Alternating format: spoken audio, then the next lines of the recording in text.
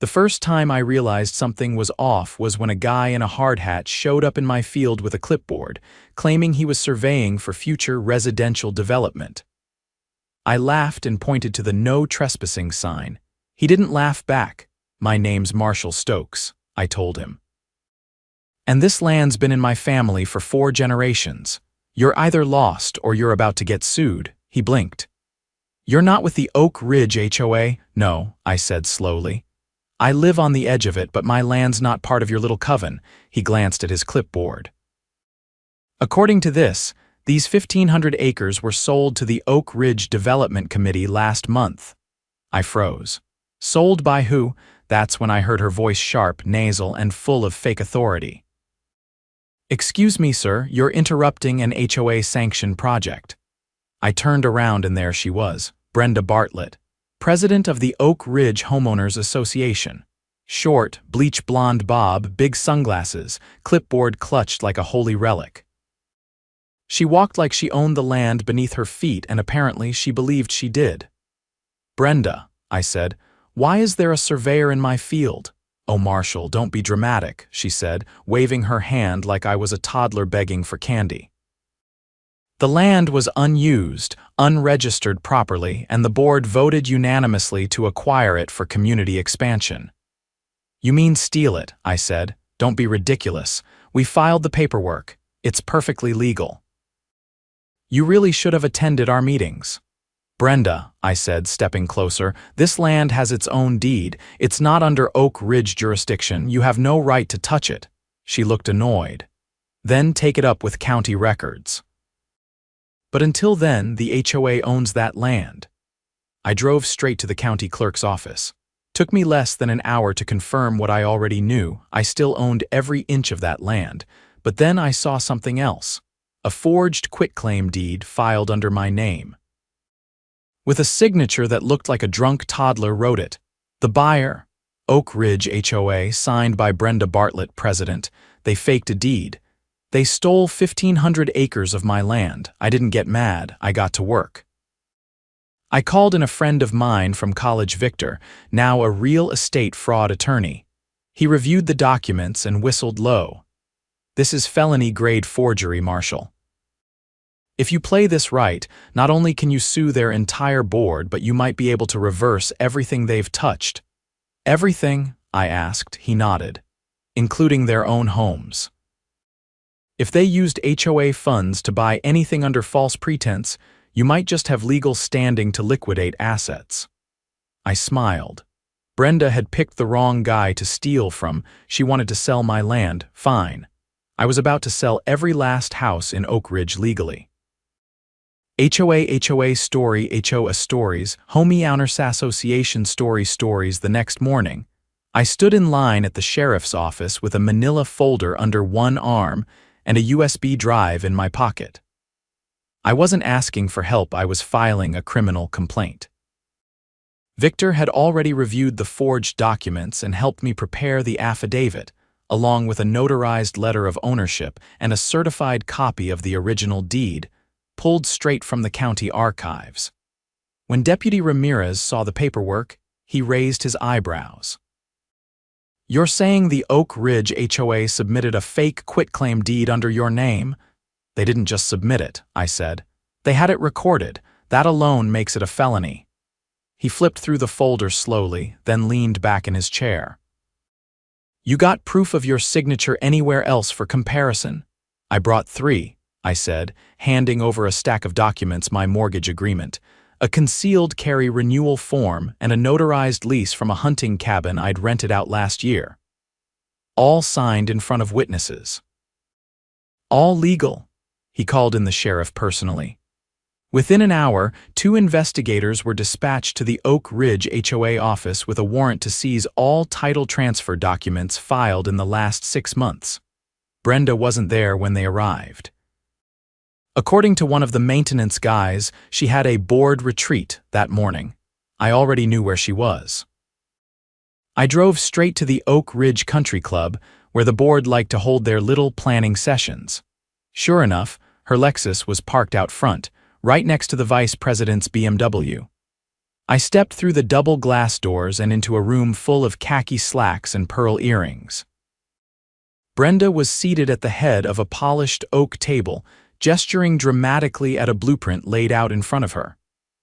"I'm going to need everyone to pause for just a moment," I said, my voice echoing off the high ceiling. Brenda jerked her head up. "This is a private meeting." "Not anymore," I said. "The sheriff's department is currently raiding your office." The room fell silent. Vice President Hal Jenkins leaned forward, jaw tightening. "What's this about? You filed a forged deed," I said directly to Brenda. "You committed real estate fraud. That blueprint you're so excited about, it's worthless." Brenda stood up so fast her chair wobbled. "You shouldn't even be here." "I'm here because you tried to steal my land and sell it to corporate developers. And now you're going to answer for it." She opened her mouth, probably to deny everything, when her phone started buzzing violently on the table. She stared at it, then picked it up. Her face went pale. "They're requesting we turn over all financial records," she whispered to no one in particular. I turned and walked out without another word. By the end of the day, the HOA office was sealed. A temporary injunction was placed on all pending sales connected to the association. And Brenda. She was served a notice of investigation for felony forgery, wire fraud, and attempted unlawful conveyance of property. But that was only the beginning. Victor and I filed a civil suit the next morning. We named not just Brenda, but the entire board of directors. Turns out, several of them had signed off on the fake deed as witnesses, despite it never having been signed in their presence. That made them co-conspirators. We also subpoenaed the HOA's financial records, and that's when things got interesting. They weren't just planning to sell my land, they had already accepted over $2 million in development deposits from a real estate firm based in Tampa. Money that had been funneled into a separate account, not listed on any official HOA budget. Brenda and her inner circle had been siphoning funds for months, disguising them as infrastructure expenses. Victor called me that night. "We've got them. Wire fraud, money laundering, forgery, it's a house of cards. You're not just going to get your land back. You're going to take theirs." I didn't respond right away. I was sitting on my porch watching the sun dip below the tree line. That land meant more to me than money. It was my family's legacy, and they'd tried to sell it off like it was a vacant lot. A week later, the court granted our motion for asset discovery. That meant we could legally trace every transaction tied to the forged deed and freeze assets if necessary. The HOA's bank accounts were locked, their legal fund seized, their property titles flagged for potential civil forfeiture. But the real kicker came when we discovered that the HOA had used pooled homeowner dues to secure a short-term loan collateralized by projected profits from the illegal land sale. That loan had been used to pay off personal credit cards, buy new vehicles, and in one case, fund a luxury vacation to Aruba. All of which violated both HOA bylaws and federal law. Victor filed a motion to place a lien on all board member properties. We served each one during a special emergency meeting they'd scheduled to discuss crisis strategy. When the process server walked in with a stack of envelopes, you could hear a pin drop. Brenda tried to stall. "This is an act of aggression. You're trying to dismantle our community from the inside." "No," I said. "I'm holding thieves accountable." The judge approved the lien freeze within 72 hours. Brenda's house, Hal's condo, even the secretary's lakefront cabin all locked under court order. They couldn't sell, refinance, or even list them. And if they lost the civil case, those homes could be liquidated to pay restitution. But I wasn't just after revenge. I held a town meeting at the community center, technically outside the HOA's jurisdiction, but close enough for everyone to attend. I showed the evidence. The deeds, the wire transfers, the fake signatures, I laid it all out, piece by piece. People were stunned. Mr. and Mrs. Colburn, who'd lived there since the 80s, stood up and asked, "Is there any way to dissolve the HOA completely?" Victor answered for me. "Yes. If more than 2/3 of residents vote to dissolve, and if criminal activity by the board is proven, you have legal grounds to disband.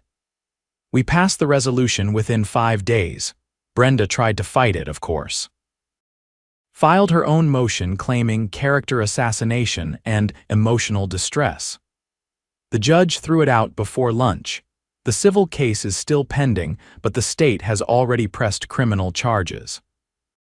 Meanwhile, I've worked with the county to re-establish the original boundaries of my land, and I'm in the process of registering it as a conservation easement untouchable by any future development scheme.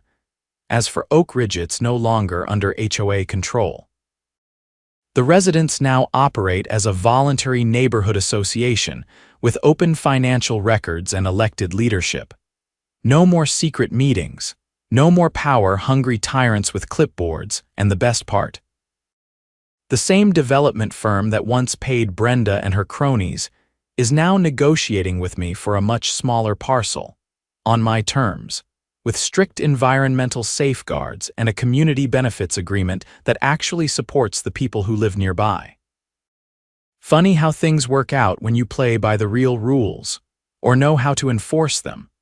A week after the court froze the HOA's assets, I got a call from Detective Laramie with the county's Financial Crimes Division. He spoke like a man who'd been living on black coffee and subpoenas. "We ran the financials you and your attorney submitted. There's more than just real estate fraud here. I need you to come down to the station." When I arrived, he slid a thick case file across the table. Inside were screenshots of encrypted emails, bank transfers routed through shell companies, and a ledger that didn't just list payments, it itemized bribes. "Where did these come from?" I asked. "We got access to the HOA's internal cloud storage. One of the tech contractor's independent guy named Nolan saw your court case in the news and gave us a tip. Said he was paid extra to disable audit logs and remove off-book documents from public access." The detective tapped the ledger. "This isn't just misuse of dues. This is racketeering." I leaned back, stunned. "Who's involved?" 7 members of the board, including Bartlett, also a developer under federal scrutiny in Florida. "You were the start of it, but this web's a lot wider than your land." He pulled out a photograph, an aerial shot of a gated neighborhood 3 counties over. "They've pulled this before. Annexed a plot, falsified ownership, then flipped it to a shell company they control, different name every time. We've identified 5 properties where this scam was run. You're the first to fight back before the sale closed." I sat there processing. I'd been angry before, now I was livid. "What happens next?" "We're coordinating with the state attorney general. A RICO investigation is being opened. But we're going to need testimony from you, your attorney, and anyone else who's been approached or threatened." I nodded. "You'll have it." That night, I met with Victor again, this time at his office downtown. He was already building a timeline of the HOA's operations going back 3 years. He'd uncovered a pattern. Each time a board election was scheduled, Bartlett and her inner circle would postpone it, citing procedural reviews. Most residents didn't question it, especially since the HOA newsletter made everything seem above board. Victor clicked through a slideshow of scanned documents. They created fake subcommittees to give the illusion of transparency. They held votes during the day on weekdays when most residents were at work. They even manipulated the voting tallies. One guy, Ronnie Feldman, reported voting against a property assessment increase, only to find out his vote had been marked as yes. "Is he willing to talk?" "He's waiting outside." I met Feldman in the lobby. Mid-50s, former Navy corpsman, walked with a limp from a motorcycle accident. He looked tired but resolute. "Bartlett came to my door last year," he said. "Told me I owed back dues for infrastructure improvements. I asked to see documentation. Next week my mailbox was smashed, my front fence was tagged, and my water was mysteriously shut off for maintenance. I've been keeping records ever since." He handed me a binder. Every page was dated with photos, incident reports, and correspondence. He had even installed a trail cam facing his driveway. One image showed a board member in an HOA-branded windbreaker dumping what looked like paint across Feldman's front steps at midnight. Victor flipped through it silently, then gave a low whistle. "This is gold." We added Feldman's testimony to the civil case, and Detective Laramie brought him in as a witness for the criminal side. Within days, 3 more residents came forward with similar stories: fabricated fines, threats of foreclosure, anonymous complaints that conveniently aligned with HOA agendas. The court granted us a motion to form a class action suit. The plaintiffs? 47 homeowners. Victor filed for summary judgment to dissolve the HOA's corporate charter based on criminal conduct. The judge scheduled a hearing. Meanwhile, Bartlett tried to fight back in her own way. Her lawyer filed a motion to suppress the financial documents obtained from the cloud drive, claiming unlawful access. It didn't go well. The judge reviewed the contractor's deposition, which included an email chain where Bartlett explicitly instructed him to sanitize records and purge non-essential logs. He denied the motion with prejudice. Then came the raid. I was watching the local news over coffee when I saw them: state troopers, county investigators, and 2 agents from the Office of the Inspector General marching into the Oak Ridge HOA's administrative building. They carried boxes, hard drives, and 2 laptops marked as evidence. Brenda Bartlett was escorted out in cuffs, wearing a blazer and pearls like she was heading to brunch. The press conference came 2 hours later. The state attorney general stood at the podium, flanked by officials. "This is not an isolated incident," she said. "This is a criminal enterprise masked as a homeowners association. Through fraud, coercion, and financial abuse, this board exploited residents and stole land they had no right to touch. Today, we begin the process of justice." I spent the next few days helping coordinate testimony. Victor and I worked around the clock, preparing witnesses and organizing documentation. The HOA's defense team, now reduced to a skeleton crew, tried to delay the hearing. It didn't work. The judge opened the session by reading the charges aloud: conspiracy to commit fraud, falsification of public records, wire fraud, money laundering, and criminal misappropriation of funds. When Victor took the floor, he didn't start with legalese. He pulled up a slideshow of the land, my land photos going back to the 1920s. Black and white shots of my great-grandfather building the first fence line. A certificate from the State Agricultural Board recognizing our family's stewardship. Then he showed the forged deed, side by side with my actual signature. This wasn't a clerical error. This was a calculated theft. He walked through each fraudulent transaction, each shell company, each payment made to board members' personal accounts.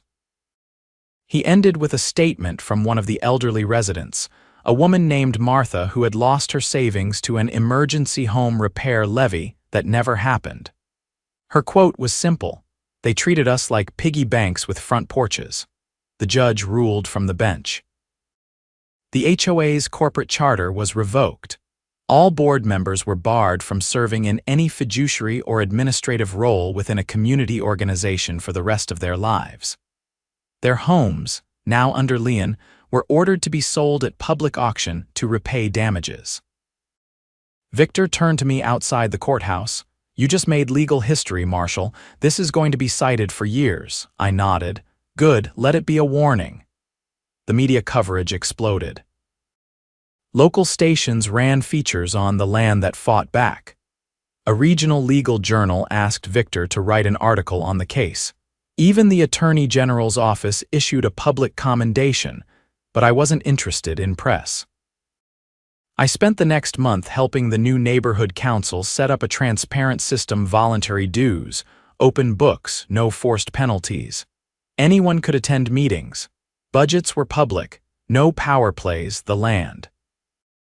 I put half of it under a conservation program that provided tax credits in exchange for permanent protection. The other half, I leased to a local nonprofit that ran agricultural education programs for schools. As for the homes sold at auction, some went to new families. Others were bought by the very residents who had been extorted at fair market value, with help from a community fund victor, and I helped establish using part of the court winnings. Oak Ridge changed. It stopped being a gated fortress of control and became a real neighborhood. One where people waved instead of watched, where fences meant privacy, not power, and Brenda, she took a plea deal. 5 years, no parole. Her last words before sentencing weren't an apology. They were, "I was just doing what everyone else does." That might have been true once, but not anymore. The first foreclosure auction was held in a courthouse parking lot under a blue canopy tent, surrounded by a ring of news vans and residents bundled in coats. People wore expressions that hovered between disbelief and grim satisfaction. I stood quietly off to the side, hands in my jacket pockets, watching as the auctioneer read off the parcels one by one like he was calling bingo numbers. Brenda's colonial-style house was the first to go. A young couple from the next town over placed the final bid. They'd been priced out of the housing market for years until now. They didn't know the history. They just wanted a home. That was fine by me.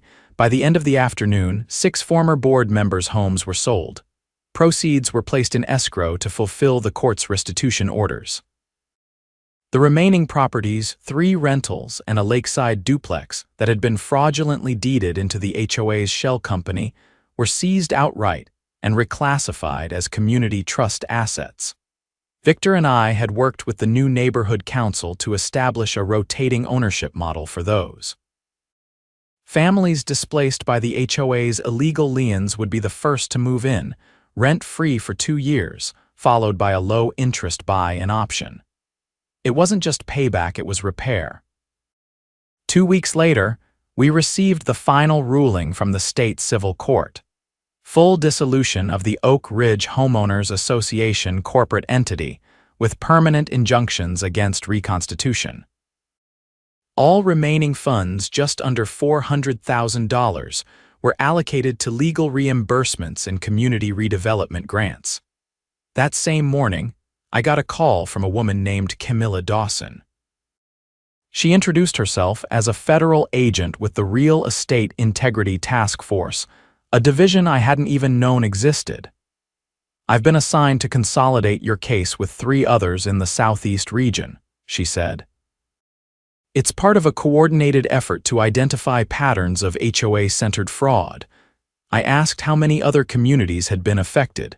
"More than a dozen," she said. "Most didn't catch on until long after the damage was done."